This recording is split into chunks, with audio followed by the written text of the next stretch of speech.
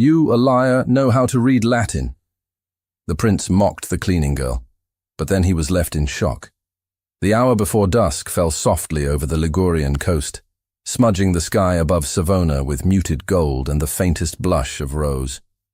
In the western wing of Palazzo d'Inverno, the old library rested in its habitual silence, bathed in the low amber light that slipped through tall windows open to the sea breeze. Dust floated in the air like suspended ash, drawn into lazy spirals by the salty wind. The faint scent of old parchment clung to the paneled walls, mingling with the more subtle notes of beeswax and binding glue.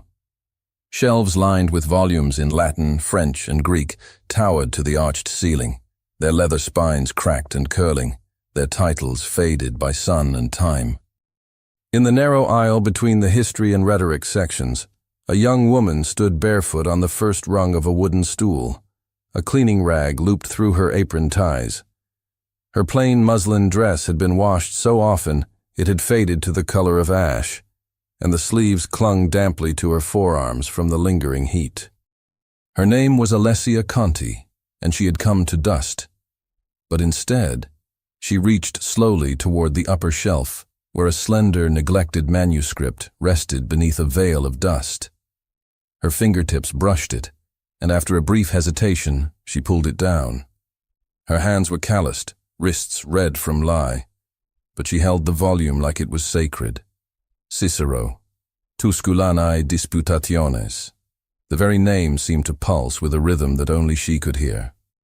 Glancing once toward the hallway, Alessia eased the stool back into the shadows and pressed the book open across her palm. Her eyes moved across the Latin lines with quiet fluency. Then, softly, only just above breath, she began to read aloud. Si voluptas in virtuta non sit, non potest vita beata esse. Her voice, low and careful, carried a cadence not learned from the streets but shaped by discipline, by schooling. She spoke with the gentle precision of someone translating thought into sound, and there was a certain reverence in her tone, the kind that came not from birthright, but from hunger. She did not hear the door open behind her. Prince Dario Leone della Rovere stepped silently into the library through the side passage, having come in search of solitude or, more accurately, an escape from yet another late afternoon council session. The sight of open windows and the hum of wind through aged wood soothed him, until something else caught his attention. A woman's voice. Latin. And not the crude butchering sometimes heard from clergy or foreign guests, but true Latin, spoken with poise, without hesitation. He slowed his pace, his boots silent on the worn stone floor. As he turned the corner into the narrow aisle, he saw her, slight, slender, back half-turned, the folds of her apron trailing across the floor like the tail of a shadow. Her lips moved in quiet rhythm, her eyes scanning the text as if she understood it. Dario folded his arms against his chest, leaning casually against the edge of a shelf. "Well, that's a curious party trick," he said. Alessia startled, her breath catching audibly as she closed the book at once and turned. She dropped into a shallow, instinctive curtsy, her posture tightening with practiced caution. Her gaze did not rise to meet his. Not yet. Dario's expression was one of cultivated amusement. "You, a liar, know how to read Latin?" She said nothing. He pushed away from the shelf, walking a few steps closer. "Or are you simply mimicking sounds like a magpie in a cassock? Tell me, did someone whisper Cicero in your ear while you scrubbed their floors?" Still, she didn't look up, but her silence had shifted. Not from fear, from calculation. Dario narrowed his eyes slightly. He was used to reactions, deference, fawning, even fear. This wasn't that. "You're either the cleverest maid in Liguria," he went on, voice edging toward condescension, "or the most arrogant." Finally, her eyes met his. Amber brown, with a gold ring around the iris that caught the failing light. There was no mistaking what he saw in them, restraint and something sharper beneath it, contempt. She opened the book again. Her thumb found the same page. "Sed quid frustra queror?" she said, translating calmly. Why complain in vain? Her pronunciation was flawless. The line rolled off her tongue without hesitation. Not memorized, understood. Dario's mouth opened slightly, then closed. Alessia gently shut the manuscript once more and returned it to the shelf with care. You mock what you don't expect to see, she said quietly, her accent not coarse but clipped. The rhythm of someone who had once spoken in front of instructors, not employers. I was taught by nuns. It was the first time he heard the full sound of her voice, low-pitched and steady, as if she were choosing every word with a measured blade. Dario frowned. Taught? By whom? Her gaze flicked back to the window, then returned to him. At the convent of Santa Lucia near Asti, until fate changed its mind. There was no bitterness in her tone, no invitation to pity, merely a recitation of fact.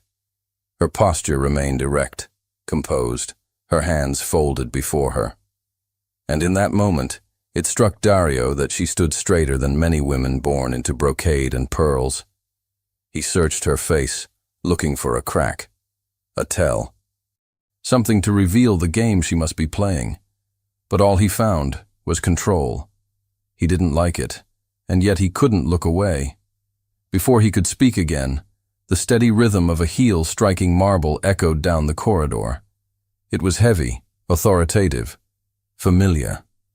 Dario turned toward the sound, instantly recognizing the tread. Marchese Silvano, he murmured under his breath. Alessia, hearing the name even without words, reacted swiftly.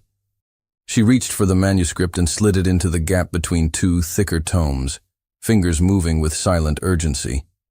Then she stepped back, bent to retrieve her rag, and adjusted her apron. She was once more a servant, mute, invisible, obedient. Dario, sensing the tension tighten like a drawn bowstring, took 2 steps back, placing distance between them.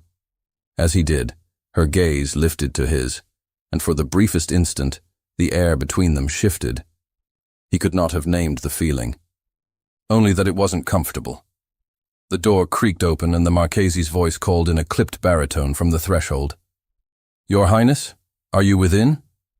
Dario turned, his voice smooth. Here, Marchese. I required a moment alone. The Marchese's shadow fell across the tiles, just as Alessia, rag in hand, dipped once more into a formal curtsy and turned to leave. She passed the Marchese without so much as a glance, her expression blank. But Dario's eyes followed her. And then, as she disappeared through the far door, her muslin skirt brushing the stone, he moved, silent as breath, and followed her into the darkened corridor. The servants' stairwell was narrow and dim, built of uneven stone and worn smooth by centuries of footfalls. The scent of oil and damp lye clung to the walls, heavier with each step into the depths of the palace. Alessia descended without hesitation, her pace steady, the cleaning rag tucked neatly into her apron once more. Prince Dario Leone della Rovere followed from a measured distance, staying just out of her peripheral vision. He told himself it was curiosity, idle, harmless. He told himself she had likely invented her past. But there was something in the way she moved. She didn't glance behind her, didn't hesitate at the turns. She didn't fidget or shift the way palace staff often did when nervous or flustered. Instead, she moved like a shadow in her own territory, familiar with every step, every creaking board, every place a noble wouldn't bother to notice. There was a self-erasing quality to her, like she had been trained to become invisible. Dario watched her pass by a group of kitchen boys who didn't acknowledge her, as if she had never passed at all. The realization unsettled him. That kind of invisibility wasn't an accident. It was protection. The corridor opened into the outer courtyard, where fading sunlight filtered through the high stone arches. The flagstones beneath their feet were warm from the day's heat but beginning to cool, and the scent of rosemary drifted faintly from the herb beds near the colonnade. Swallows circled overhead in low, swooping loops, their wings sharp against the bruising sky. Alessia crossed the courtyard with quiet purpose, keeping to the edge where shadow had already settled. She paused near the old well, her eyes lifting briefly to the horizon, where the first lavender hues of evening pressed against the sea. Dario remained behind a column, arms folded, watching. There was no reason to approach her again. He could turn back now and let the moment dissolve, as it should. Instead, he stepped into the courtyard. She turned, startled, but not startled enough to retreat. Her expression remained composed, the polite neutrality of someone caught off duty, but unwilling to cower. "I asked you something earlier," Dario said. She didn't respond immediately. He came closer, not too close, enough to be heard, not enough to be intimate. "Your name," he added. "I'd like to know it." She studied him for a moment. Then, carefully, as if weighing each syllable, she said, "Alessia Conti." The name lingered between them, carried lightly by the breeze. Dario repeated it in his mind, noting the cadence, the gentle softening of consonants, not the roughened dialect of the kitchen, but the measured rhythm of northern schooling. There was elegance there, even if she tried to smother it. "You're Latin," he said. "You didn't learn it from books you weren't allowed to read." "No," she replied, quiet but steady. "You said nuns." She nodded once. "At the convent of Santa Lucia. Before—" She stopped herself. "Before." Dario was silent. Her tone didn't invite questions, but he couldn't stop himself from thinking of all the possibilities. A merchant's daughter, a minor noble fallen from favor, a scholar's child. None of them belonged in this courtyard, dressed in gray cotton and kneeling to scrub floors. He opened his mouth to ask another question, then heard the clicking of heeled slippers on stone. Both of them turned toward the sound. On the upper colonnade, framed by climbing ivy and the crimson dusk, stood Contessa Serafina Alberghetti. Her gown of ivory brocade caught the light like flame, and her golden hair had been swept into a braided crown that gleamed under the fading sun. She held a closed fan in one hand, the other resting on the balustrade. She was watching. Alessia stepped back immediately, lowering her gaze. The modesty of the gesture was automatic, but her spine remained straight. Serafina did not speak. She simply tilted her head, a polite, interested angle, and lingered for one breath too long before retreating silently down the opposite gallery. Alessia gathered her rag and turned to leave. Dario did not stop her. Later that evening, the palace had shifted into its nighttime rituals. Lamps were lit along the halls, casting golden reflections onto waxed floors. Doors opened and closed with deliberate rhythm. Footmen rushed to deliver messages. Musicians in the north wing tuned their instruments for the dinner reception. The stone had cooled beneath the building's foundations, and the first sharp scent of wood smoke drifted from the distant kitchen hearths. In the main hallway, Alessia knelt with a pail and brush, scrubbing the curved border near the base of the marble wall. The damp soaked into her skirts, and her fingers were already chapped from the lime solution used to whiten the grout. She worked with mechanical persistence, her breath shallow and even, her eyes fixed on the floor. She didn't hear the Marchese approach. He crouched beside her without warning, a careful, noiseless descent into her space. The scent of cologne mixed with starch and tobacco filled the air between them. When she finally noticed him, she froze for only a second, then resumed scrubbing. The Marchese Silvano did not speak right away. He simply watched her, his eyes flicking from her hands to her face, lingering in a way that made her shoulders tighten. "It's always interesting," he said after a pause, "how some girls catch royal attention, and others know better." His voice was smooth, dry, measured, not a threat, not exactly, but not kindness either. Alessia remained silent. "You should be careful, Conti," he went on. "This palace has long memory and short mercy, and distraction can be costly." His gaze drifted down again.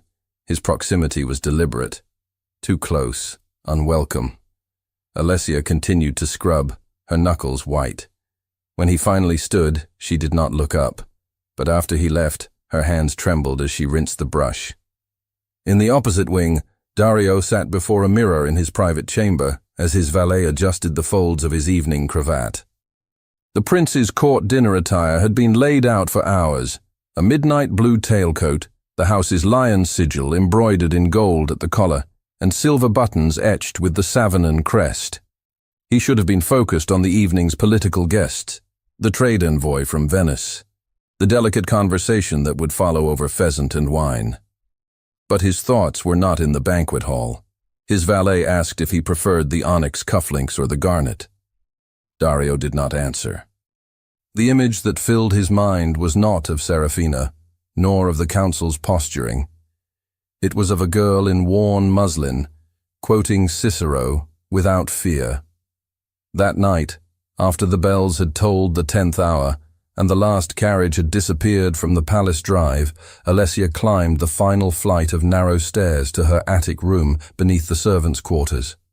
Her limbs ached, her knees raw beneath the fabric of her dress. She leaned against the doorframe for a moment before entering, lit only by a single wall-mounted lamp burning low. The room was spare. One straw mattress, a wooden crate for her folded shift and apron, a cracked basin for washing. No candle, no mirror, no fire. Just a single raftered window, now shuttered against the night. She knelt beside the mattress and reached beneath it for the only possession she called her own.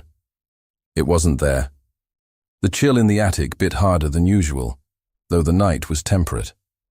Alessia knelt beside the mattress again, running her hand beneath the straw-stuffed pad, convinced she had simply missed it in her earlier panic. But there was nothing. No soft fraying leather, no familiar weight, just cold wood and dust. Her breath caught in her throat. She rose and turned to the rough crate she used for a nightstand, pulled open the lid, tossed aside her folded apron, her needle kit, the spare muslin chemise. Still nothing. A sick, twisting feeling began to curl in her stomach. She lifted the mattress, the corners of her hands stinging from contact with the prickly burlap seams, and dragged it halfway off the bed frame. A few feathers escaped from the stuffing, drifting onto the stone floor. She crouched and peered beneath the frame. Empty. She pressed her palm along the base of the wall. The silence in the room grew louder by the second. Her book, the only one she had brought from the convent, the one they'd let her keep as a gift after her father's disgrace, was gone. The little volume had been nothing grand. A slim prayer book, bound in cracked dark leather, the title nearly rubbed away. Inside were Latin verses in her own hand, scribbled in the margins during her years of study at Santa Lucia. It had survived the ruin of her family, the journey to Savona, the long months of humiliation and labor. It was the only proof she had that she had once been something else, someone else. And now, it had vanished. She sat back on her heels, staring into the nothingness beneath the bed frame. Her pulse throbbed in her ears. No one had reason to take it. The scullery girls wouldn't have touched her things. They didn't care enough to covet prayers in Latin. The laundry mistress had always been stern but fair. Alessia had no enemies among the servants, no rivalries.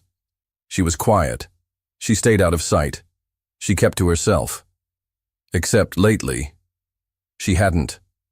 Her mind returned, unbidden, to the Marchese. His voice near her ear, the way he had spoken to her in the hallway. The subtle threat tucked into his every word. And worse, the way he had looked at her. Not as a servant, not even as a person, as a problem to be contained. He had a key to nearly every room.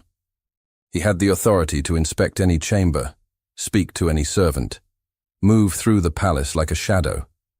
And he had a reason.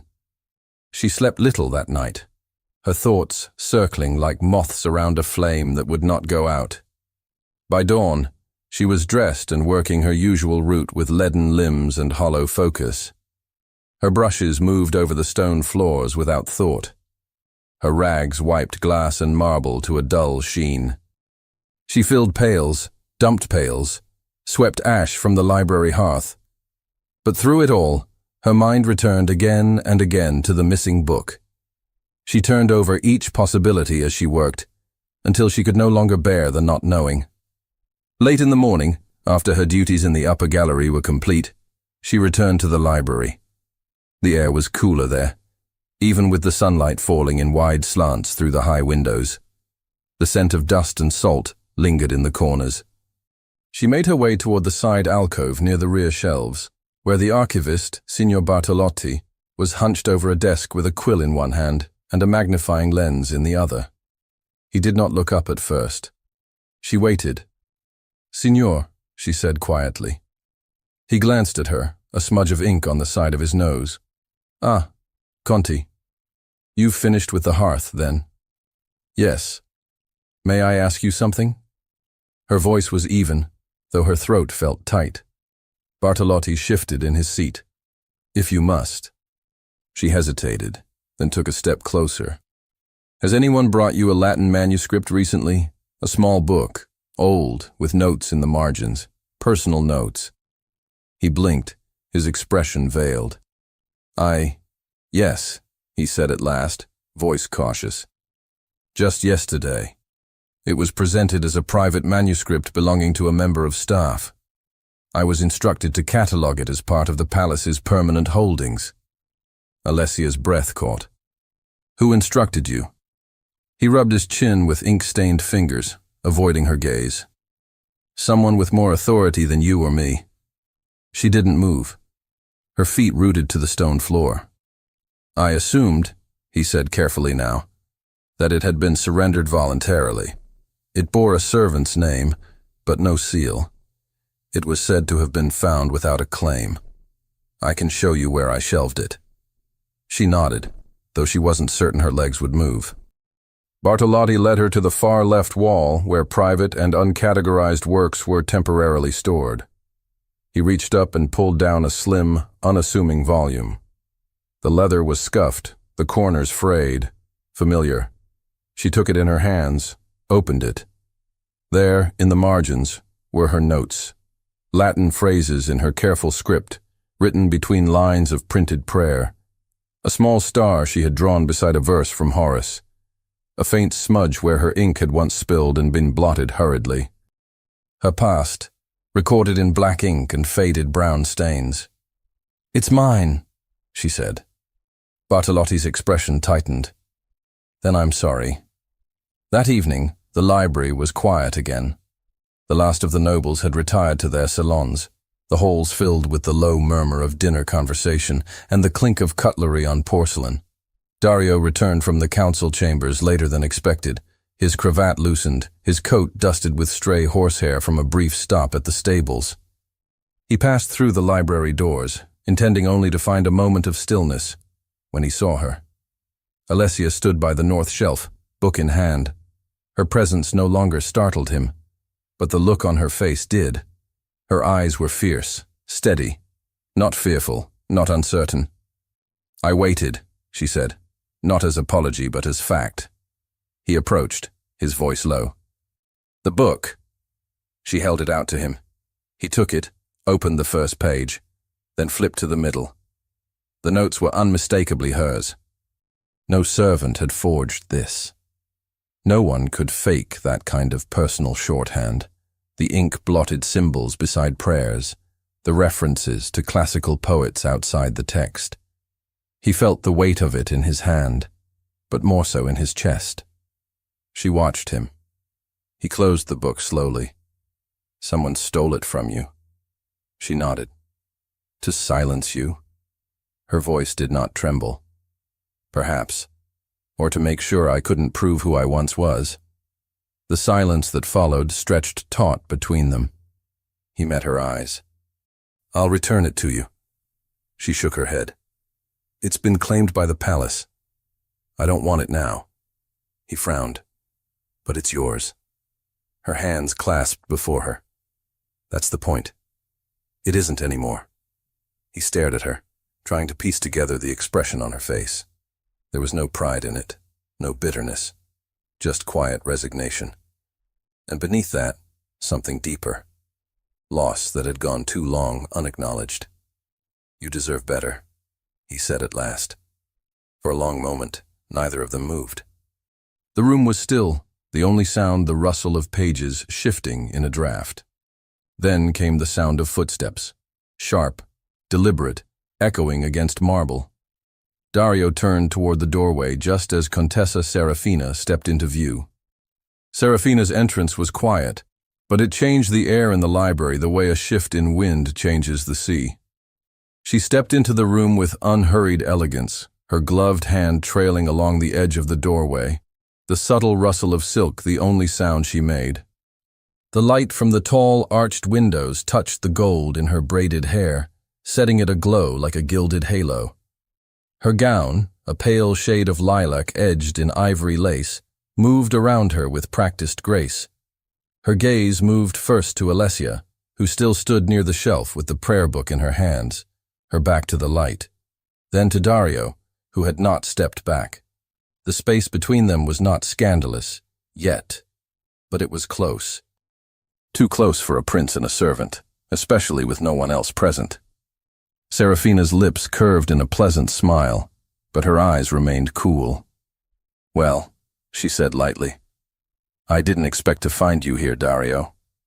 Dario turned toward her with the easy, polished composure expected of a royal. "I needed quiet, and I found some." He paused, then added, "Alessia was assisting with a bit of reorganization. There's been some confusion about where certain volumes were shelved." Alessia didn't flinch at the lie. She stepped forward and dipped into a low curtsy, her gaze fixed on the floor. She held the prayer book close to her body, as if it were any ordinary text. "My lady," she said softly, and said nothing else. Serafina tilted her head, her smile unmoving. "How fortunate, then, that you found a maid so fluent in Latin to assist in such an endeavor." Dario offered no reply. Alessia rose from her curtsy and stepped back into the shadows near the exit, careful not to brush against the prince as she passed him. Her footfalls made no sound as she crossed the stone floor and slipped from the library without looking back. Serafina waited until the door closed behind her. Then she turned to Dario and walked a few steps farther into the room, her gloved fingers grazing the edge of a writing desk as if idly examining its polish. "You're generous with your attentions today," she said, not sharply, but with an edge of suggestion beneath the softness. Dario said nothing. Her eyes met his. "Be careful, Dario. If you offer too much kindness to the staff, someone may mistake it for affection." He gave a small, non-committal shrug, but his jaw was set too firmly. "I would hate to see anyone misled," Serafina added, her voice like cool wine. "Especially someone who doesn't know the rules." She smiled once more, graceful, without warmth, then turned and left the room with a sweep of silk and perfume that lingered in the silence behind her. That afternoon, she visited the Marchese. The corridor outside his office was as silent as the rest of the administrative wing, dimly lit by narrow windows high above the doors. The guards posted there bowed as Serafina passed, and one stepped forward to open the door for her. The Marchese Silvano's private office was a study in restraint and menace. Velvet drapes in wine and black hung heavily over the windows. The walls were covered in maps, of the Savanan coastline, of trade routes, of family lands. No portraits, no sentimental clutter. A desk dominated the center of the room, its surface meticulously organized with ledgers and correspondence. A glass decanter of brandy stood beside a half-filled tumbler, untouched. Silvano rose as she entered, bowing his head. "Contessa," he said smoothly, "what may I do for you?" She approached the desk with measured steps. "I believe we share a concern." He gestured to a chair. She declined with a flick of her fingers. "There is a servant girl," Serafina said, "who seems to have caught Dario's attention. She was in the library with him earlier today, speaking to him with surprising familiarity. I'm sure you've already noticed." "I have," Silvano replied. "Her name is Alessia Conti, scullery maid. Transferred from linen duty to upper-floor cleaning staff 4 months ago." Serafina's brows arched slightly. "How efficient you are. I make it my business to know what might become a distraction." She moved closer to the window, pausing to glance at the lace curtains as though inspecting their condition. "Then let us agree that she is one." Silvano's tone was placid. "The situation is being watched. I would prefer it be addressed." He regarded her a moment, his face unreadable. "How definitively?" Her back remained to him. "Enough to make sure she understands her place." Silvano nodded once, and Serafina turned from the window, her expression as placid as his. There was nothing else said. That evening, as dusk began to gather at the edges of the palace, Dario returned to the library a second time. The halls were quieter now, the shadows deeper. A single lamp glowed at the far end of the corridor outside, casting long streaks of gold across the stone. Inside, the library was empty. He waited until he was sure no one followed him, then made his way to the archivist's desk. Signor Bartolotti was still there, muttering over a disintegrating ledger. Dario placed a hand flat on the desk, halting the older man mid-sentence. "Who gave you the prayer book?" he asked, his voice low but firm. Bartolotti looked up, startled. "Your Highness." "The Latin volume. The one that was taken from a servant's possession and claimed for the archives." "Who gave it to you?" The archivist shifted in his chair.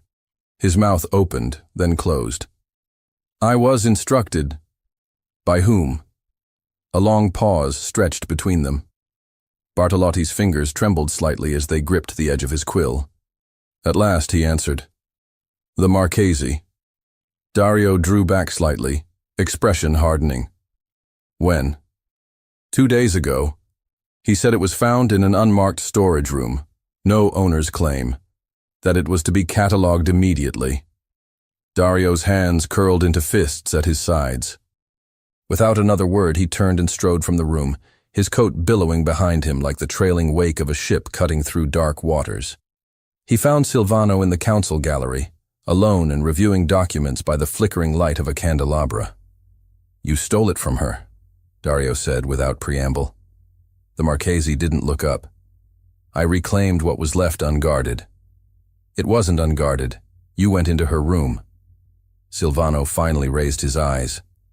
A prince must think more carefully before speaking to his chief administrator with that tone. Dario stepped closer. "If you ever move against her again—" "She is a servant," Silvano interrupted, voice calm. "And you are a prince with a duty. You have a title to preserve, a throne to inherit. Do not throw away everything your house has protected for centuries over a pair of amber eyes and an education she no longer deserves." The words struck like stones, but Dario didn't flinch. "You're wrong," he said quietly. Silvano's voice dropped. "No, I'm practical, and if you're not, then I will be.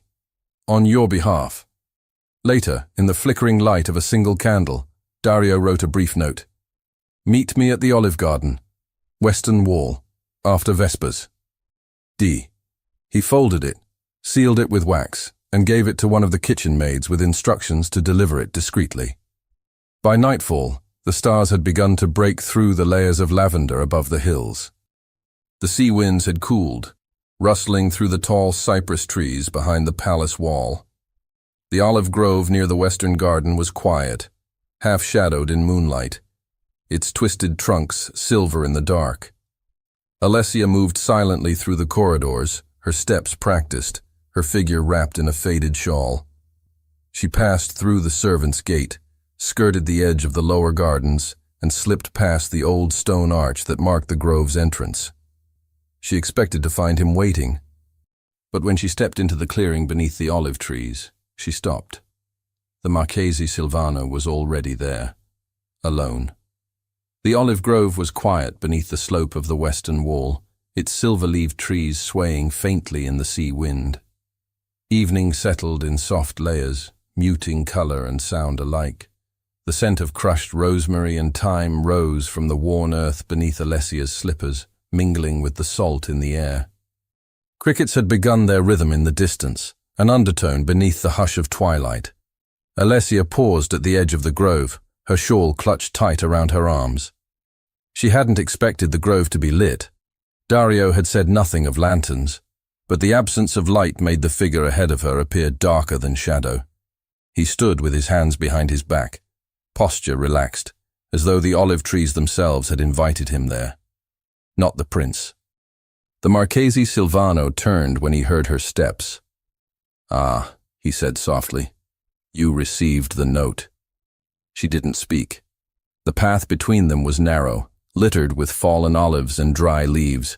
Alessia's heart had begun to beat faster, but she showed no sign of it. She held still. Silvano stepped forward, not close enough to touch, but too close for her to pretend it was coincidence. "I thought it wise we speak," he continued, his tone mild, "before more misunderstandings take root." Her hands tensed at her sides. "You sent the note." He offered a small smile. "I intercepted it. The prince has many obligations. I take great care in managing them, including distractions." Alessia felt something cold settle beneath her ribs. She looked for a path to slip past him, but the space was narrow, and the slope behind her uneven. She remained where she was. "You misunderstand your position," Silvano said. "Whatever attention you think you've drawn, it's momentary. A flicker. A passing indulgence from a man who's always had the luxury of curiosity." Her voice, when it came, was quiet. "I didn't ask for his curiosity." "No," he allowed. "But you haven't discouraged it either." She lifted her chin. "I haven't encouraged it." "Ah." He took another step closer. "Is that what you believe?" The accusation hung in the air like smoke. His gaze was steady, coldly assessing. "Girls like you," he went on, "sometimes forget the difference between being noticed and being valued. A bit of knowledge, a few well-placed words, and suddenly you believe yourself different from the rest, above your station, irreplaceable." She took a slow step back. "That isn't what I believe." His smile faded. "No? You speak Latin. You quote Cicero in hallways. You stand close to the prince in the library. You carry yourself like you belong. And yet here you are, still wearing a servant's apron." She didn't answer. Her stomach had gone hollow. He moved in front of her just enough to block the path. "I've seen it before," he said. "Girls who think education erases lineage. It doesn't. You can't read your way into a title, and certainly not into his bed." Alessia's breath caught. She turned, intending to leave anyway, but his hand lifted, not to grab her, but to stop her with the sheer presence of it. He didn't touch her. He didn't have to. His voice dropped. "You would do well to forget whatever dreams you've begun to indulge. He will marry the Contessa. You will wash stone floors until your knees rot. That is the way of things." She stared at him, her face drained of color, her body rigid. Silvano held her gaze one last moment before stepping aside. Without another word, she turned and disappeared down the path, slipping into the trees like breath into silence. When Dario arrived minutes later, the grove was empty. He moved quietly through the branches, the hem of his coat brushing olive leaves, his boots soft against the earth. The wind had picked up, rustling the grove with the sound of whispered warnings. He stopped near the center, frowning. No figure, no footsteps, no echo of movement. He called her name once, then again, louder. The wind answered him, but no one else. He turned back toward the colonnade wall when a faint movement caught the edge of his vision. She stepped out from behind a low stone wall, her shawl pulled tight, her posture too still. He saw it immediately, the stiff line of her shoulders, the guarded set of her mouth. She didn't speak, didn't come closer. "What happened?" he asked. She was silent for a long moment. Then, barely above a whisper, she said, "The Marchese warned me." His brows drew together. "What did he say?" "That I don't belong here, that I'm misreading everything." Dario took a step closer, but she didn't move. "I'll speak with him. He had no right." "You can't protect what doesn't belong to you," she interrupted. The words cut sharper than she had intended. Her voice wasn't angry. It was tired, worn thin. She turned before he could respond and walked away, back into the path between the trees. back toward the quiet corridors where her presence was meant to be unseen. He didn't follow. Much later, when the palace had grown still and the moonlight fell silver across the stone balustrades, Dario sat alone at his writing desk. The single candle on the corner burned low, its wax pooling beside an inkwell. The windows were open, and the scent of the sea carried faintly across the room. He reached for a fresh sheet of parchment. To Professor Tullio Vasari, Università di Torino, Sir, I am seeking confirmation of records regarding a former student, female, educated at the convent of Santa Lucia near Asti. Her name is Alessia Conti. Please advise whether any records from the years 1831 to 1835 remain in your possession. The letter was signed, sealed, and placed beside the others for the morning post. Across the palace, beneath the sloped ceilings of the attic servants' quarters, Alessia lay flat on her back, her hands folded over her stomach. Her eyes were open, staring at the wooden beams above. She didn't blink often. She was too far away. Latin verses drifted through her mind like fragments of dreams, lines she had once recited aloud beneath the convent's painted ceiling, where sun filtered through stained glass and made even suffering beautiful. Non est ad astra mollis, e terris via. The path from earth to stars is never easy. A knock startled her. She sat up, heart racing. Another knock. Fainter. She crossed the room and opened the door just enough to see who stood there. The laundress. She was pale, her hands fidgeting against her apron. She held out an envelope. Alessia took it without a word. The woman turned and left as silently as she had come. Back inside, Alessia sat on the bed. She broke the seal. Inside was a single sheet, a torn page from her prayer book. And across it, written in black ink in sharp, slanted Latin, Silentium tutissimum est oblitis. Silence is safest for the forgotten. Twilight fell slowly over Palazzo d'Inverno, stretching long shadows across the gravel paths and gilding the stone balustrades in soft gold. It was the kind of light that made the old palace look like it belonged in a painting, perfect and untouchable. Servants moved like ants across the lawns, unrolling carpet runners and trimming branches to exacting length.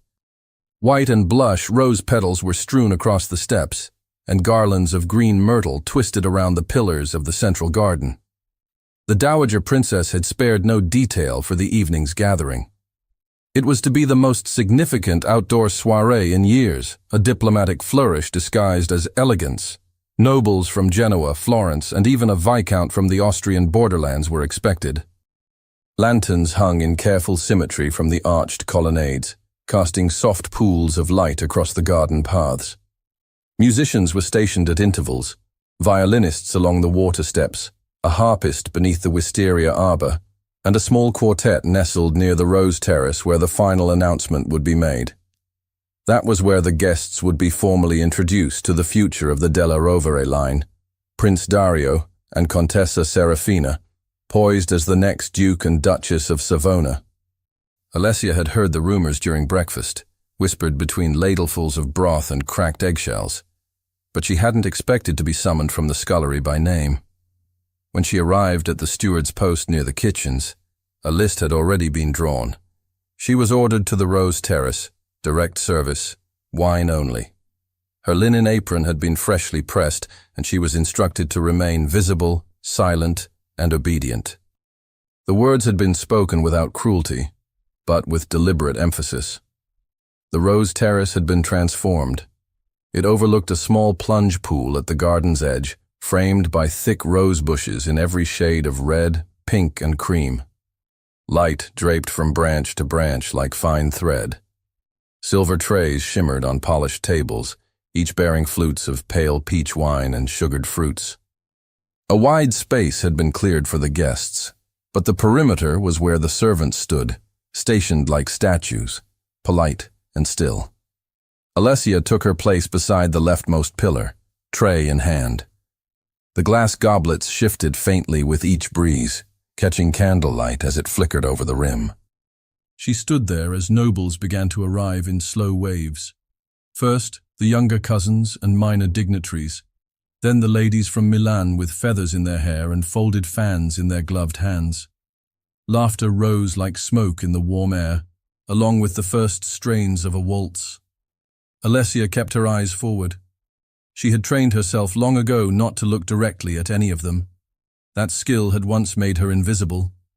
But tonight, she had been placed precisely so she wouldn't disappear. Across the garden, Dario stood in formal court attire. Dark navy velvet with gold trim, his family's lion sigil embroidered on his left shoulder. The ceremonial sash cut across his chest, secured by a brooch of ruby and onyx.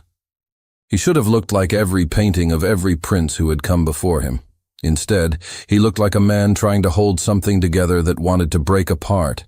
He hadn't known she would be stationed on the terrace. When he caught sight of her, standing at the edge of the roses like some silent offering, the breath left him for a moment. Her hair was pinned back more tightly than usual, the apron tied perfectly at her waist. She looked straight ahead, but he knew the stillness in her hands was no longer ease. It was endurance. He made his way slowly toward her, not at once, not obviously. He stopped to greet a viscount, accepted a glass from another tray, nodded to the dowager. And all the while, he watched Serafina. She moved through the crowd like water through silk, her gown a shade of soft emerald that made her skin glow. A diamond comb glinted at her temple. She smiled without effort, offering charming nods to every guest she passed. Her beauty had always been a weapon she wielded with devastating control. When she reached Alessia's station, she paused. Her expression didn't change. "Wine," she said lightly, holding up her empty glass. Alessia stepped forward and filled it with care. The glass trembled faintly in her hand as she lifted it. Serafina extended it again before drinking. A touch more. Alessia poured again, curtsied. Then the Contessa looked to her left, as if noticing something just beyond the roses. "You may refill the others as well." One by one. Alessia bent again, curtsied again, moved to the next guest, curtsied, poured, again and again. Dario's chest tightened as he watched her knees bend. Her spine remained straight. He knew what this was. Not cruelty, far worse. It was calculated civility, a lesson veiled in etiquette. He crossed to her finally, when there was no one left for her to serve. "A glass," he said, his voice low. She turned, handed him one. Their hands brushed. "Thank you," he murmured. She said nothing, but her eyes lifted, briefly, and in them he saw a flicker of something that stopped his breath. Pride, injured but still living. She looked away before anyone could see. Serafina had not moved far. She stood near the edge of the terrace, her attention fixed on them with the kind of elegance that made onlookers forget to question motive. Dario knew she had seen the glance, the way his voice had lowered, the silence that passed for something else. Shortly afterward, the Marchesi approached the dowager princess. Their voices were low, but their expressions were carefully pleasant. Silvano gestured faintly toward the terrace. "A particular servant," he said, "seems to have caught interest." The dowager, already weary of balancing appearances with politics, sighed. "You will see to it?" she asked. "Discreetly," Silvano promised. As the sun finally dropped behind the hills, the music swelled into a triumphant waltz, and fireworks began over the western gardens. Light fractured the sky in bursts of silver and red, reflected in the plunge pool and the high windows of the palace. The crowd tilted their heads to the spectacle. Dario, standing in the center with Serafina beside him, could barely hear the cheers. A young servant approached Alessia quietly. "You're to go to the Marchese's study," the girl said. "Now." Alessia's grip on the tray stiffened, but she handed it off and wiped her palms discreetly on her apron. She left without a word, her footsteps lost in the noise.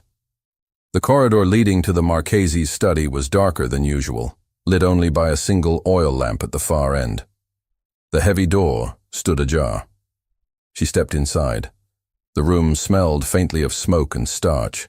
The thick velvet curtains pulled half shut against the glow of fireworks. A map of the principality hung behind the desk. Books were arranged with fanatical order along the side wall, flanking the fireplace. And there he stood, Marchese Silvano, holding her prayer book. It lay open in his hands, but it was no longer the simple, time-worn volume she remembered. A small insignia had been stamped into the inside cover, a red wax seal bearing the lion crest of House della Rovere. His voice, when it came, was quiet. "This," he said, "is now property of the crown." The room had the hush of threat, cloaked in velvet and wood polish. Alessia stood motionless, the prayer book still open in the Marchese's hands, the seal pressed like a wound into the parchment. A candle flickered on the desk between them, its flame casting a long, unsteady shadow across the official document lying beside it. Silvano regarded her with that same unreadable calm he always wore, as though she were a letter he had already read and catalogued. His fingertips brushed the edge of the paper. "You've been given privileges far beyond your station," he said smoothly, voice low and controlled, "and in return, you've committed what can only be called an offense against the integrity of this household." She did not answer. She knew it didn't matter. "This text," he held up the book slightly, "was discovered in your possession with annotations claiming authorship, education, access that no one in your role could possibly justify." Still, she remained still, the silence between them growing tighter. "So," Silvano continued, placing the book down with deliberate care, "you are faced with two paths. One," he lifted the sheet of parchment, "sign this document stating that you falsely claimed knowledge you did not possess, and that you added these notes after lifting the book from its proper place in the archives. That you forged your way into the prince's attention." Her breath caught, but she forced herself not to show it. "The other," he said, stepping back and folding his hands behind his back, "is dismissal, immediate, without reference, without compensation, no wages owed, no letter of character. Your name will carry the stain of dishonesty to any household or convent you dare apply to." The candle crackled in the silence. He watched her with the composure of a man certain of the outcome. Alessia's eyes dropped to the document. The writing was elegant, legal, the ink already dry. All that remained was her name, waiting to be scrawled beneath the lie. "This," he added softly, "is mercy, Alessia. You are being offered the dignity of conclusion instead of scandal. I suggest you take it." He walked toward the door. "You may remain here until you decide." The latch clicked closed behind him, and she was alone. The weight of the document seemed to press the entire desk downward. Alessia didn't move at first. Her palms itched with the need to tear the page in half. But she couldn't, not yet, not with the echo of the Marchese's voice still in her ears. Forgery, dishonor, deception. She moved to the chair beside the desk and sat, slowly. The parchment was too white, the words too sharp. Her own name had been written once at the top, her real name, beneath the accusation that she had fabricated everything that gave her memory meaning. If she signed, she survived. She could move to another province, enter another household, begin again, as something smaller. Someone quieter. But she would do so without proof that her past had ever belonged to her. And if she refused, she would be turned out. With nothing. Not even the book. She closed her eyes, resting her hand on the table's edge, where the wood had been smoothed by years of elbows and ink. Her fingertips brushed a groove near the corner, a small, forgotten scar in the polish. And for some reason, it steadied her more than anything else in the room. She stood. She did not sign. Elsewhere, in a quieter wing of the palace, Dario stood at the window of his study, breaking the seal on a letter from Turin. The professor's hand was neat, his Latin impeccable. Dario's eyes scanned the lines quickly, pausing only once when he found her name. Alessia Conti, enrolled at Santa Lucia, 1831 through 1835. distinguished in grammar, poetry, and theology, removed from the record at the request of her family following economic reclassification. He read the lines twice, then again. The seal at the bottom was official, witnessed. Without waiting for his valet, without changing from his court attire, he crossed the length of the room, tucked the letter into his inner coat pocket, and left through the servants' corridor. His steps were quick, sure. The memory of Alessia's eyes at the Grove still flickering behind his own. He made for the attic stairwell, nearly colliding with two scullery boys carrying linens. At the top, he knocked once on her door. No answer. He knocked again. Nothing. When he opened it, the room was empty, the bed stripped. No shawl, no satchel, no sign of her presence. He turned and called down the narrow hall, where a maid passing with a basket paused. "She's gone," the girl said. "What do you mean?" "She was summoned earlier. To the Marchesi. She hasn't returned." Dario didn't speak. He turned and descended the stairs, faster this time, taking the stone steps 2 at a time. He reached the door of the Marchesi's study and tried the handle. Locked. His knock was sharp. "Silvano." No answer. Again. "Open the door." A pause. Then the door opened. The Marchesi stood with a hand still on the latch, composed, unruffled. "She's gone," Dario said. Silvano didn't blink. "She left of her own will." "That's a lie." Silvano stepped aside enough to show the empty room. "I presented her with a choice. She declined both options. She took her belongings and left the grounds. There was no protest." Dario's voice was low. "You forced her." "I gave her terms." He folded his arms. "It was your indulgence that placed her in this position." Dario's fist clenched, but he held back the rage that threatened to rise. "She was educated. I have proof." "Too late," Silvano said, stepping past him. "She has already decided how she wishes to be remembered." Dario didn't wait for another word. He turned and left, heading to the lower halls, where the back servants' quarters. He passed grooms preparing for the following day's hunts, ignored the calls of stable hands. His boots struck the stone. He pushed open the rear gate and scanned. Beyond the hedge, near the old mill track, a figure stood. She wore no apron, no uniform, only a dark cloak, her shawl tied around her shoulders, and a small bundle in her arms. "Alessia!" She turned, slowly. Her eyes met his, and for a moment neither of them moved. He stepped forward, reaching into his coat. "I have it. The proof, from Turin. You were listed, distinguished. You can show them." "I'm not going back," she said quietly. He stopped, breath catching. "You don't have to leave," he said. "You were telling the truth. I can protect you now." And she looked down at the bundle in her hands, then back at him. "I'm leaving," she repeated. "Not because I must." She took a breath. "But because you didn't come sooner." Dario did not let her walk away alone. As Alessia turned back toward the road, the bundle of her belongings pressed tightly to her chest. He followed without permission, without speaking. His boots crunched softly over the gravel behind her, keeping a respectful pace, though everything in him wanted to close the distance and stop her outright. The moon hung low over the hills, barely clearing the tops of the trees. A thin mist had begun to rise from the fields, curling through the hedgerows and drifting across the road like pale breath. Down the slope, beyond the edge of the palace orchard, the ancient path twisted toward the cliffside and the chapel ruins that had once belonged to the estate's oldest wing, abandoned long ago to ivy and silence. Alessia said nothing as she walked. Her posture was proud, composed, but Dario could see the way her hands gripped the cloth bundle, white-knuckled and stubborn. She had been hurt, again, and this time it had been him, not just the Marchesi, not just Serafina, or a letter. It had been the absence of him when she'd needed someone to stand beside her. "Let me speak to you," he said quietly.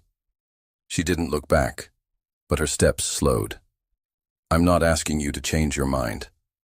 I only want the truth before you go."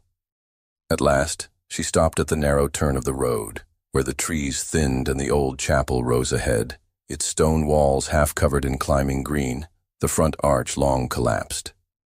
Once it had been used for private services by the Della Rovere family.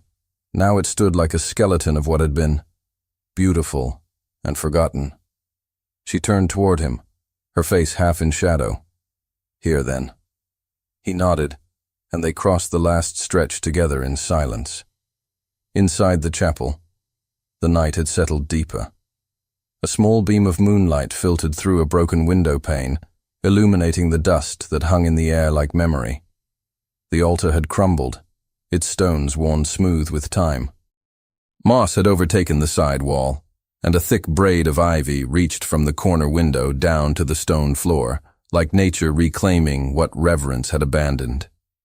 Alessia sat on the edge of the raised dais, her bundle beside her, her gaze fixed on the opening in the wall that once held a stained glass panel. Dario stood nearby, arms crossed over his chest, watching her, but saying nothing. For a long moment the only sound was the wind pushing softly through the broken roof. "He told me to sign a lie," she said finally, her voice low. "That I'd stolen the book, that the notes weren't mine, that I forged them to seduce power." Dario's chest tightened. He stepped closer, but she held up a hand. "I'm not finished." He waited. "He said I could stay if I admitted I was nothing," she continued. "If I erased everything I had ever learned, if I claimed I never deserved the education they tried to give me, that I was pretending to be someone better. Someone equal." Her voice caught for the first time, a faint hitch in her breath that betrayed more than words. "I know what I am," she said softly. "I scrub floors. I carry waste. I'm spoken to like I'm furniture. But I remember how it felt to be seen as something more, to write with purpose, to speak with certainty, and they hate that I haven't forgotten." Dario felt the words strike him like a blade drawn without warning. He lowered himself beside her, slowly, careful not to touch her.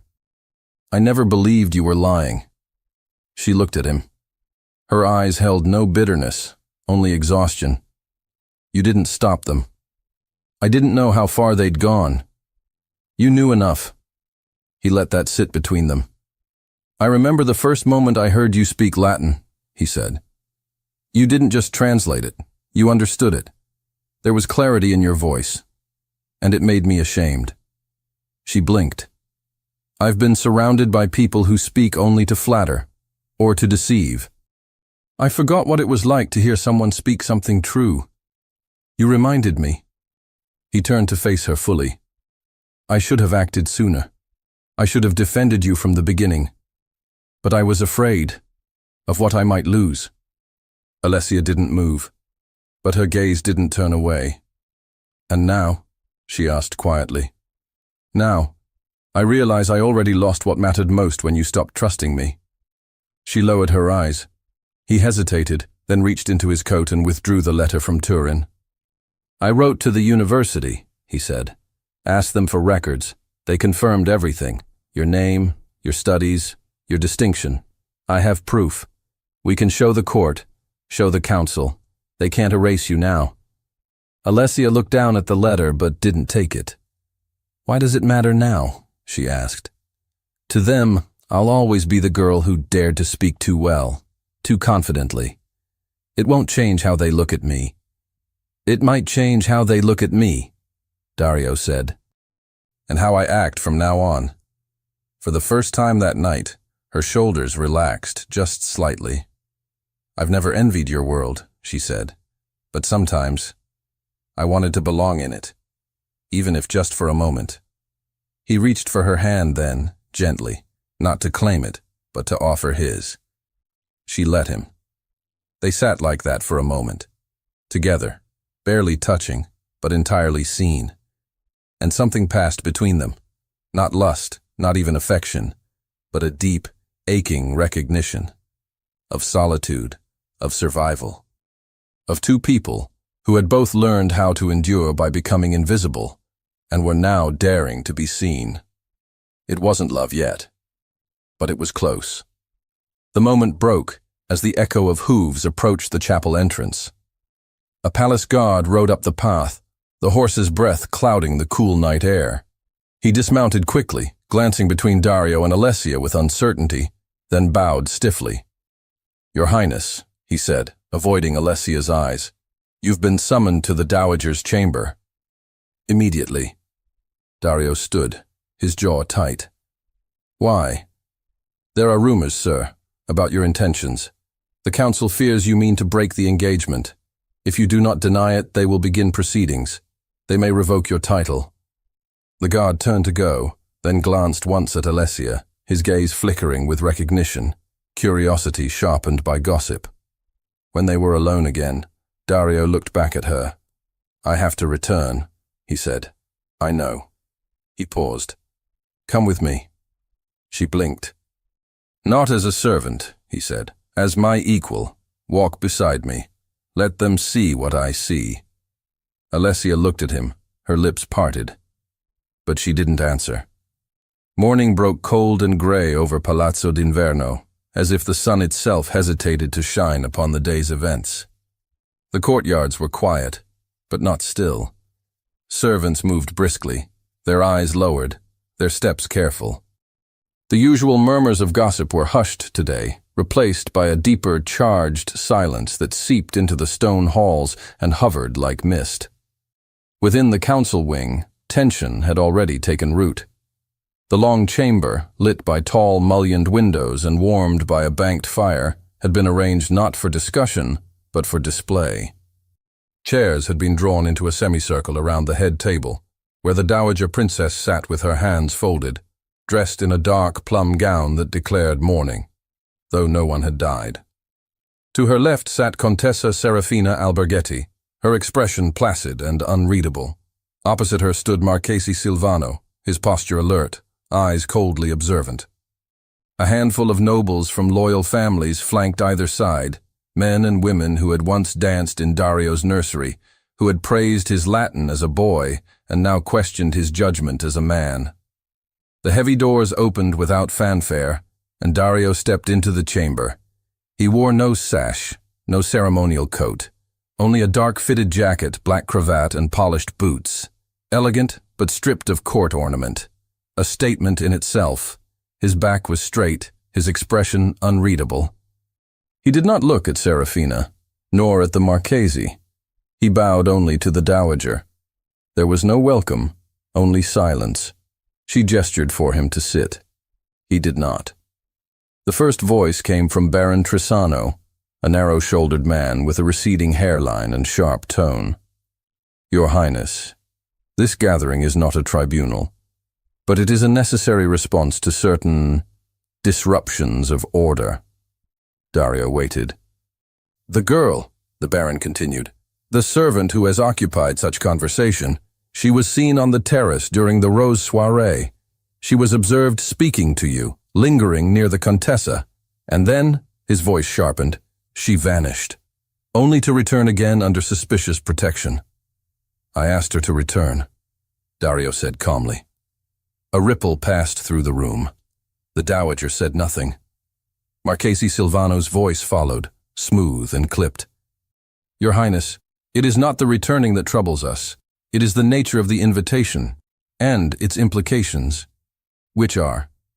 "That a prince would jeopardize his standing for the sake of a servant girl." Dario's gaze moved to him, sharp and unflinching. "She is not a servant girl. Her name is Alessia Conti, and she was wrongly accused." He withdrew the letter from his coat, unfolding it with deliberate care. He placed it on the table before him and addressed the Dowager directly. "This is a written confirmation from Professor Tullio Vasari of the University of Turin. Alessia was educated at the convent of Santa Lucia. Her name is recorded. She was distinguished in literature, theology, and classical languages. She did not forge her past. She did not steal the book from the archives." The Dowager reached for the letter, but let it remain untouched. The other nobles leaned forward slightly, murmuring among themselves. Dario went on. The Marchese removed her from her post and forced her into silence. He presented her with a false choice. Either confess to a lie or be cast out without wages or reference. That, more than her education, is the disgrace to this house. Marchese Silvano did not flinch, but his jaw set hard. She was a threat, he said quietly, to more than your reputation. There were whispers. There were implications. You were seen favoring her. I did favor her, Dario said, because she spoke the truth when no one else would. The silence that followed was not empty. It pulsed. Serafina lifted her chin slightly. Her voice, when it came, was calm. So what now, Dario? You plan to bring her into your household as what? Your consort. Your duchess. The question had no innocence. Dario looked at her fully for the first time, as someone who will no longer be silenced. The dowager shifted. Her rings caught the light. If you proceed with this, she said at last, you will lose your claim to certain inheritances. The Alberghetti dowry, the northern estates, perhaps the faith of the council. I understand. Her voice dropped to something close to pity. And you would give all that up? For a girl who cannot sit beside you at court without whisper? Dario answered without hesitation. Yes. A longer silence followed. The Baron opened his mouth, but Serafina raised her hand. No, she said coolly. Let him. She turned to the dowager. I withdraw my claim to the engagement. Her words landed like stones on marble. It is not pride, she added, though it was. It is clarity. I will not tie my name to a man whose loyalty bends with sentiment. May he find satisfaction in truth. She rose. Dario said nothing as she walked out, nor did anyone stop her. The dowager exhaled slowly, her eyes still fixed on her grandson. Then, with a flick of her hand, she dismissed the rest of the council. When the chamber finally cleared, the last echo of footsteps faded beyond the tall doors. And in the corridor just outside, waiting near a marble bust of a long-dead duke, stood Alessia. She wore no maid's apron now. Only a simple grey dress, her shawl looped tightly at her shoulders. Her hands were clasped in front of her, as still as stone. When Dario emerged from the chamber, she looked up. He stopped before her. I no longer have a title to offer you, he said. No promise of fortune. No name gilded with protection. He lifted his hand, palm open. I have only myself, and what's true. For the first time, she stepped toward him without hesitation. Her fingers slid into his, warm and steady. And the silence between them was no longer absence, but presence, ripe with meaning, with breath, with everything unspoken made whole. Weeks passed, and the rhythms of the palace changed. Not with fanfare or proclamations, but with a quiet rearrangement of power and presence. The great halls still echoed with the sounds of polished boots and diplomatic voices, but the whispers that had once trailed Dario like smoke had grown silent. The court turned its attention elsewhere, toward marriages that could still be negotiated, estates still to be managed, fortunes to be preserved. In the absence of a crown, Dario had not vanished. He had simply moved. To the southern edge of the estate, where the land sloped gently toward olive groves and the old vineyards, stood a villa that had once belonged to his mother's family. Modest by noble standards, it was surrounded by terraces of lavender and thyme, its stone walls weathered, its shutters the color of faded sage. He took up residence there without guards or retinue, only a housekeeper and a few trusted staff who had served the Della Rovere family since his childhood. No longer a prince in name, he carried his nobility in how he listened, how he walked the grounds without ceremony, how he greeted the staff by name. His title was gone, but his authority remained, in posture, in presence, in the way his choices rippled outward. His newest choice was restoration. The old chapel, the same ruin where he and Alessia had spoken beneath the moonlight, had become his obsession.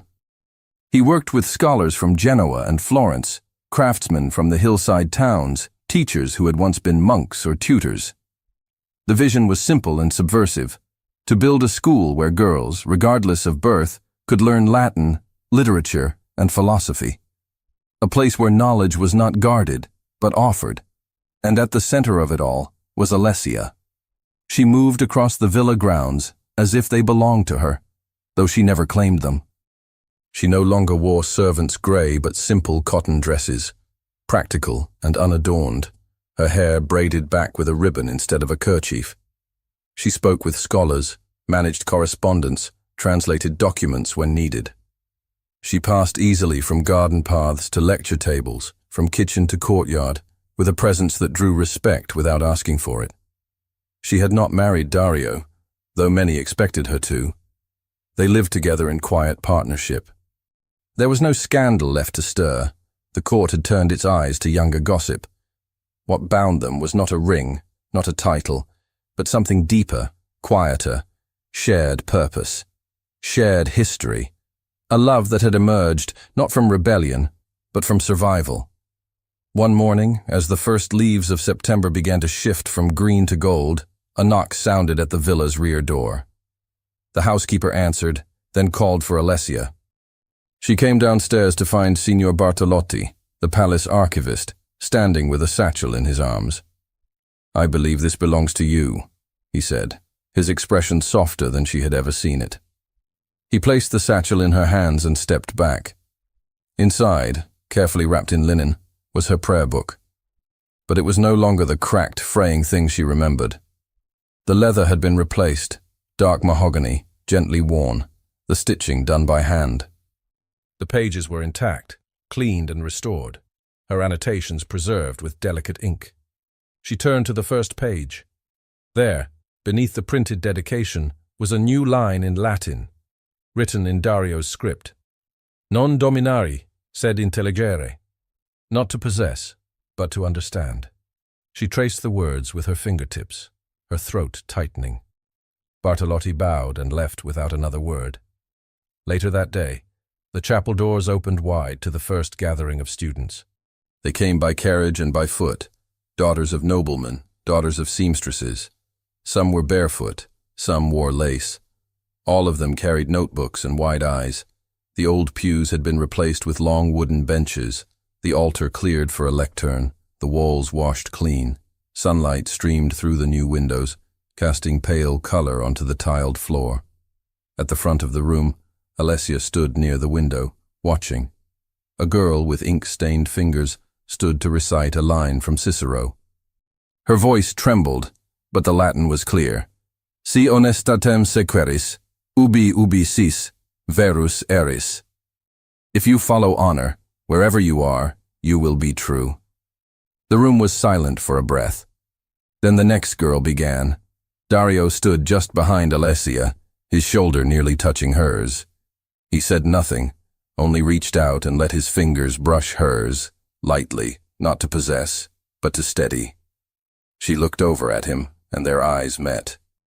Outside, the wind moved through the olive trees, and the sky above the chapel roof burned bright with late afternoon sun. There were no crowns, no titles, no guards or golden thrones. And yet, what passed between them in that moment was more powerful than either of them had ever imagined. A love built not on command, but on courage. A truth neither of them needed to speak aloud. Then, from the chapel's open doorway, a figure stepped just inside the light. Thank you so much for listening to this story all the way to the end. We hope it moved you as much as it moved us while telling it. We'd love to hear your thoughts. What did you think of the story? Leave us a comment telling us where you're listening from and what you liked the most. On a scale of 0 to 10, how would you rate this story? If you enjoyed this story, don't forget to subscribe to the channel and give it a like to show your support. That really motivates us to keep creating and sharing more stories full of emotions and life lessons. And before we say goodbye, we'd like to remind you that on the end screen, you'll see a recommendation for another exciting and charming story. If you'd like to enjoy it, just click on the video. Thank you once again for being here, and we'll see you in the next story.